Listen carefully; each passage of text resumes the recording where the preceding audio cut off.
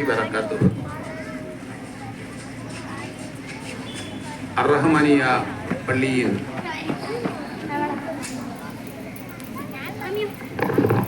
தலைவர் அவர்களே, ஏனைய நிர்வாகிகளே, தலைமை ஆசிரியை அவர்களே, ஏனைய ஆசிரியர் பெருமக்களே, மாணவ மாணவி செல்வங்களே, உங்கள் அனைவருக்கும் மற்றும் இந்த நிகழ்ச்சியை காண வந்திருக்கின்ற பொதுமக்களே, இந்த மாணவ செல்வங்களின் பெற்றோர்களே, உங்கள் அனைவருக்கும் இறைவனின் சாந்தியும் சமாதானமும் நல்ல அருளும் கிடைக்க வேண்டுமாக நான் பிரார்த்திக்கிறேன். நாம் சுதந்திரமடைந்து 80 ஆண்டுகளாகிவிட்டன. நாம் ஆங்கிலேயர்கள் அடிமையாக இருந்தோம்.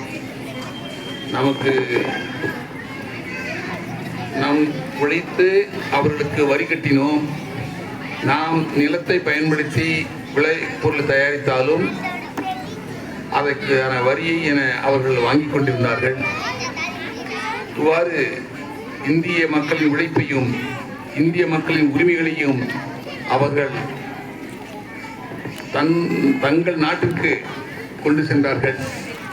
எனவே நாம் சுதந்திரமாக இருக்க வேண்டும், நாம் நம்மை ஆண்டு கொள்ள வேண்டும் என்பதற்காக மிகப்பெரிய போராட்டத்தை இந்தியாவிலே பல முன்னணி தலைவர்கள் மேற்கொண்டார்கள். அப்படி மேற்கொண்டவர்களில்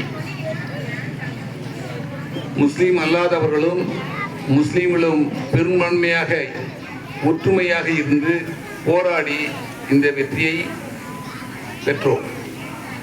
இந்த 1947ஆம் ஆண்டு ஆகஸ்ட் 15ஆம் நாள் நீங்கள் சுதந்திரம் அடைந்து விட்டீர்கள் என நமக்கு அவன் சுதந்திரம் கொடுத்துவிட்டு நெல்லறிவிலை கொடுத்துவிட்டு அவன் சென்றான்.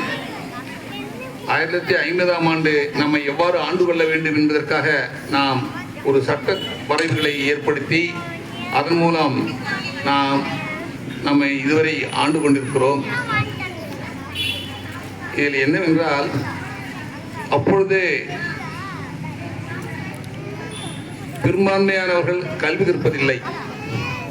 அதிலும் முஸ்லிம்கள் குறிப்பாக கல்வி கற்பதில்லை. ஆங்கிலேய கல்வி ஹராம் என கூறிக்கொண்டு கல்வி கற்காமல் இருந்து விட்டார்கள். முஸ்லிம் அல்லாத சகோதரர்களும் கூட உழைப்பது, பணிவிடை செய்வது, இது போன்ற எல்லா பணிகளும் செய்வார்கள். கல்வி கற்ப முன்னுரிமை கொடுப்பதில்லை. அவ்வாறு ஆங்கிலேயன் படிக்காத இருக்கிறவரை நாம் இவர்களை ஆளுவது எளிதென எண்ணினான். நாம் நம்மை ஆள வேண்டும் என்றால், நாம் நம்மை திருத்திக் கொள்ள வேண்டும் என்றால், நாம் உயர வேண்டும் என்றால் ஒவ்வொரு மனிதனும் கல்வி கற்றே ஆக வேண்டும்.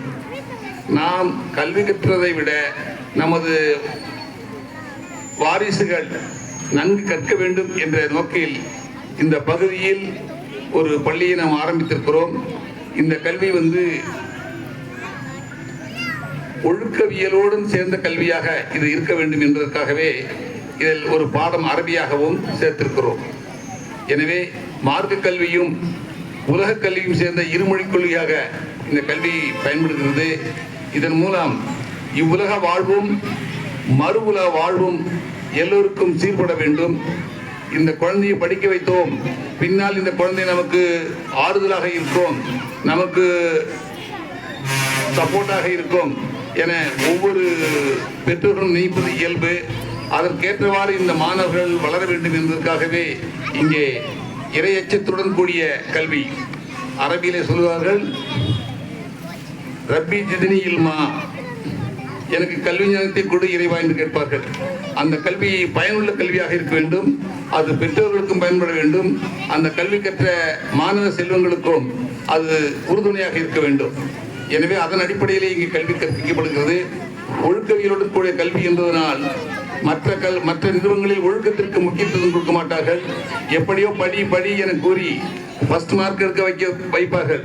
ஆனால் இறுதியில் அவர்கள் என்ன செய்வார்கள் என்றால், எல்லா கெட்ட பழக்கங்களுக்கு இந்தியாவிலே எல்லா கெட்ட பழக்கங்களும் வழி திறந்து விடப்பட்டிருக்கிறது. அதனாலே மாணவ செல்வங்கள் அதிலே சிலர் விழுந்து தனது பெற்றோர்களை கவனிக்காமல் விட்டு விடுவார்கள். பெற்றோர்களே முதியோர் இல்லத்தில் சேர்த்து விடுவார்கள். இதெல்லாம் பார்க்கும்போது மிக வேதனை அளிக்கிறது. பெற்றோர்கள் தன்னை குழந்தை தன்னுடைய அந்திய காலங்களிலே தனக்கு துணையாக இருக்கும் என்றுதான் படிக்க வைக்கிறோம். அந்த குழந்தையும் நல்ல செழிப்பாக இருக்க வேண்டும். அதுவும் தன் கஷ்டப்படக்கூடாது என்றுதான் நாம் நினைக்கிறோம். ஆனால் தானும் கஷ்டப்பட்டு பெற்றோர்களையும் கஷ்டப்படுத்தக்கூடிய சூழ்நிலை இன்றைய சமுதாயத்தில் வளர்ந்து வருகிறது. அதை நமது சமுதாய மக்கள், நம் பகுதி மக்கள் அந்த நிலைமைக்கு போய்விடக்கூடாது. எல்லோரும் நன்கு படிக்க வேண்டும், வேலை வாய்ப்பு பெற வேண்டும், அல்லது ஒரு தொழில் செய்ய வேண்டும், பெற்றோர்கள் நன்கு பாதுகாக்க வேண்டும்.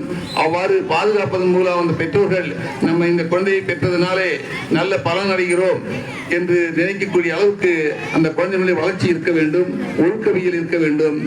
எனவே நாம் அப்படி ஒரு நிறுவனத்தை நடத்தி வருகிறோம். இதன் மூலம் இந்த பகுதி மக்கள் பயனடைய வேண்டும் என்று நாம் எதிர்பார்க்கிறோம்.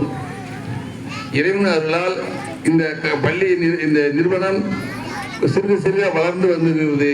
உங்களால் இந்த பள்ளிக்கு என்ன செய்ய முடியும் என்றால், அருகிலுள்ள வீட்டாரிடம் இந்த பள்ளியிலே ஒழுக்கமாக மாணவர்களுக்கு ஒழுக்கமும் கல்வியும் சேர்த்து கற்றுத் தருகிறார்கள்.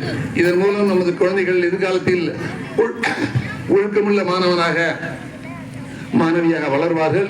எனவே உங்கள் குழந்தைகளை இங்கே சேருங்கள் என்று நீங்கள் ஒருவரும், ஒரு பெற்றோர் தன் ஒரு குழந்தையை இங்கே சேர்க்குமாறு பக்கத்தில் உள்ளவர்களுக்கு சொல்லி இங்கே சேர்க்க முயற்சி செய்ய வேண்டும்.